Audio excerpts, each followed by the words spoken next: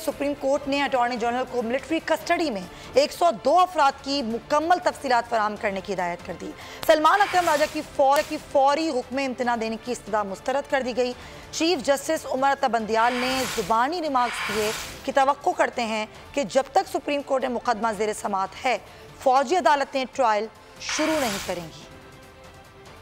फौजी अदालतों में सिविलियंस के ट्रायल के खिलाफ दरख्वास्तों पर समाअत हुई। समाअत के आगाज पर वफाकी हुकूमत ने जस्टिस मंसूर अली शाह पर एतराज किया, जिसकी वजह से वो बेंच से अलहदा हो गए। चीफ जस्टिस ने इज़हार बरहमी करते हुए रिमार्क्स दिए कि इस अदालत की तज़हीक मत करें। सुप्रीम कोर्ट पर इल्जामात खुद वफाकी हुकूमत लगा रही है। नया बेंच बना देंगे, लेकिन एतराज उठाना बदनुमा मजाक है। बाद में चीफ जस्टिस उमर अता बंदियाल की सरबराही में 6 रुकनी लार्जर बेंच ने समाअत जारी रखी। सलमान अकरम राजा ने सुप्रीम कोर्ट की 21वीं आईनी तरमीम का फैसला पढ़कर सुनाया और कहा कि आर्मी एक्ट सेक्शन 2D इसलिए चैलेंज किया है कि इसके तहत सिविलियन का ट्रायल नहीं हो सकता। आइन में सिविलियन और फौजी अफसरान की तकसीम नहीं की गई है। चीफ जस्टिस ने रिमार्क्स दिए कि एक नज़्मो ज़ब्त वाला ट्रिब्यूनल जल्द फैसला करता है। आप कह रहे हैं कि मिलिट्री कोर्ट्स के खिलाफ अपील का हक नहीं होता। मिलिट्री कोर्ट्स के फैसले के खिलाफ अपील से मुताल्लिक अदालती फैसले मौजूद हैं। वकील चेयरमैन PTI अजीज भंडारी ने कहा कि हम तमाम दरख्वास्त गुजारों को सपोर्ट करते हैं और हम चाहते हैं कि ओपन ट्रायल हो। अगर कोई कसूरवार है तो उसे सजा मिलनी चाहिए। 9 मई के वाक़यात की तहकीकात के लिए जुडिशल कमीशन तश्कील दिया जाए। चीफ जस्टिस पाकिस्तान ने रिमार्क्स दिए कि फौज की ज़ेर हिरासत में मौजूद अफराद से उनके अहले खाना से मुलाकात क्यों नहीं कराई जा रही। 9 मई के वाक़यात को काफी हफ्ते हो गए। अटॉर्नी जनरल से मुकालमा करते हुए चीफ जस्टिस ने रिमार्क्स दिए कि फौज की ज़ेर हिरासत अफराद की अहले खाना से मुलाकात के बारे में हुकूमत से हिदायत लेकर बताएंगे। हमें कुछ मालूमात मिल रही है कि ज़ेर हिरासत अफराद को खाना और किताबें फराहम नहीं की जा रही। हमें ज़ेर हिरासत अफराद के नाम समेत मुकम्मल तफसीलात फराहम की जाए। मजीद समाअत कल 9:30 बजे तक मुलतवी कर दी गई।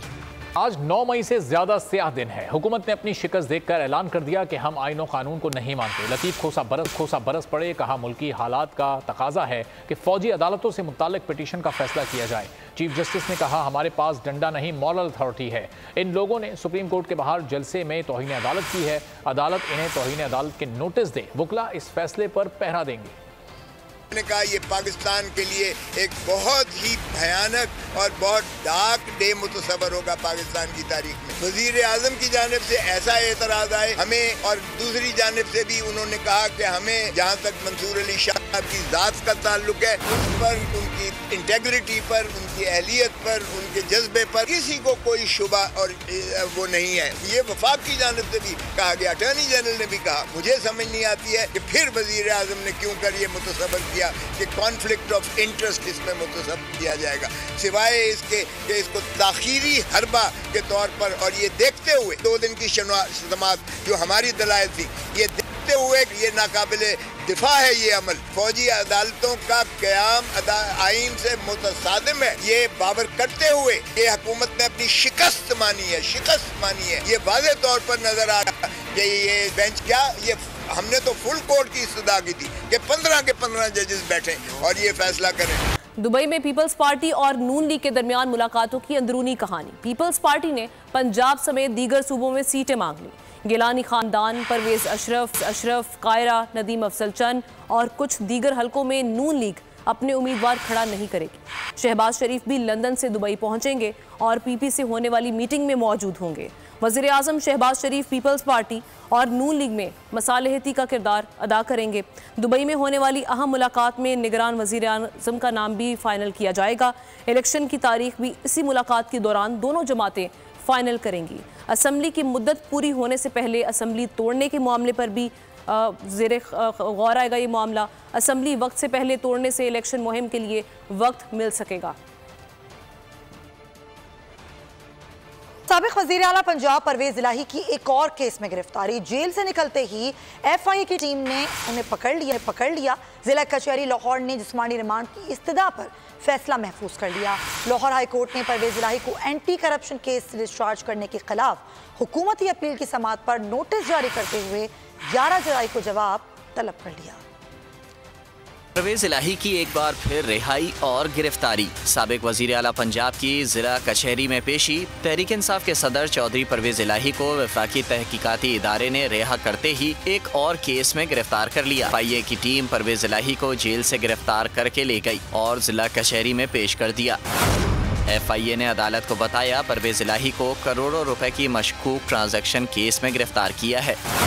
तफ्तीश के लिए 14 दिन का जिस्मानी रिमांड दिया जाए। परवेज इलाही के वकील ने जिस्मानी रिमांड की मुखालफत की। अदालत ने फैसला महफूज कर लिया।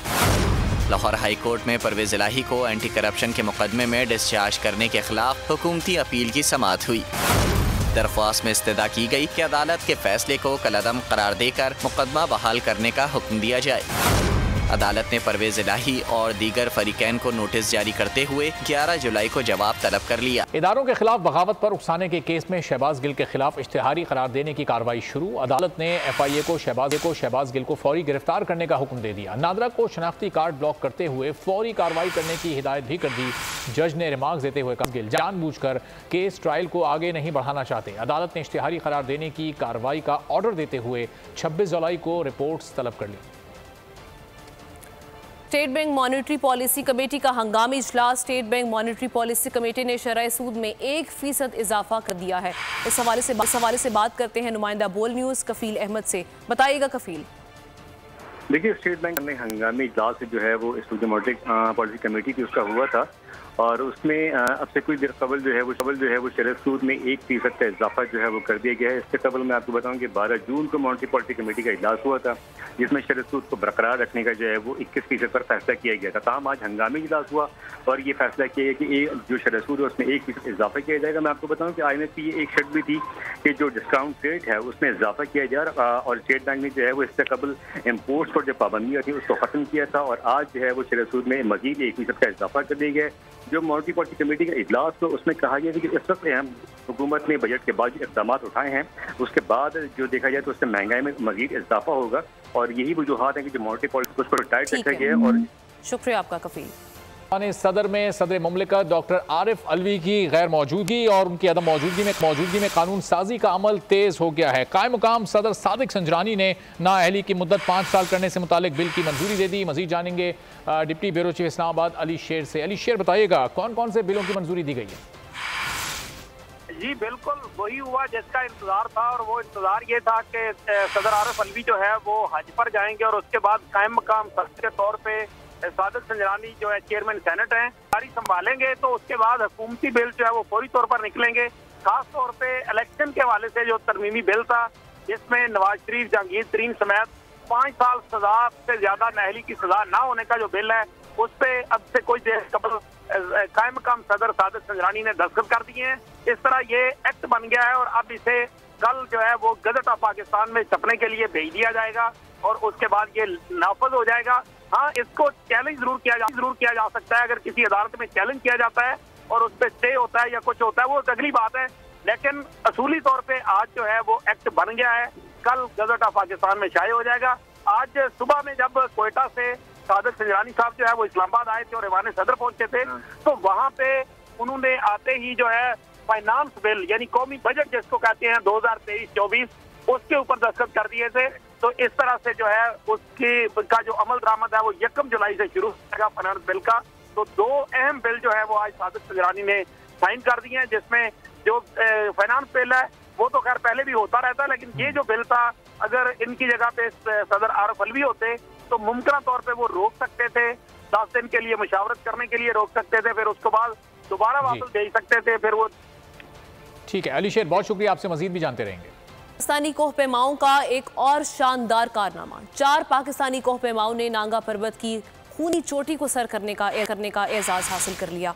साजिद शाह दौलत ने आज सुबह बगैर इजाफी ऑक्सीजन के नांगा पर्वत की 8126 मीटर बुलंद चोटी की कामयाबी के साथ सर किया।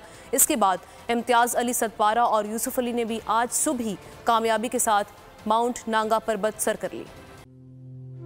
तू की जाने यार अमीरा रोटी बंदा खा जाती है।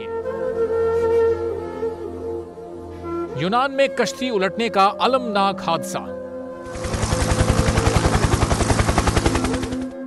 उदास आंखें, चेहरों पर मायूसी, दिलों में अब भी प्यारों के बच जाने की आस। मेरी दरखास्त है वजीर आजम अगे जल्दी तो जल्दी मेरे बच्चे की तलाश की जाए। गम की इस घड़ी में बोल रहा अपनों के साथ सहाफती फराइज को निभाते हुए पहुंचाई हर खबर अवाम तक। और यूनान में महाजरीन के जहाज को हादसे के बाद अब रेस्क्यू ऑपरेशन खत्म हो चुका है। बोल की खबर पर FIA की बड़ी कार्रवाई, इंसानी स्मगलरों के खिलाफ इकदामात करते हुए गिरफ्तार कर लिया। ह्यूमन ट्रैफिकिंग सर्कल गुजरात ने बड़ी ये कार्रवाई की है जिसमें कश्ती हादसे में मुलव्वस अहम सरगना गिरफ्तार कर लिया गया है। 68% अवाम ने कश्ती हादसे की पल पल की खबर से जुड़े रहने के लिए देखा सिर्फ बोल न्यूज, क्योंकि बोल है पाकिस्तान का नंबर 1 न्यूज चैनल। सब्सक्राइब करें और बेल दबाएं ताकि कोई खबर रह न जाए।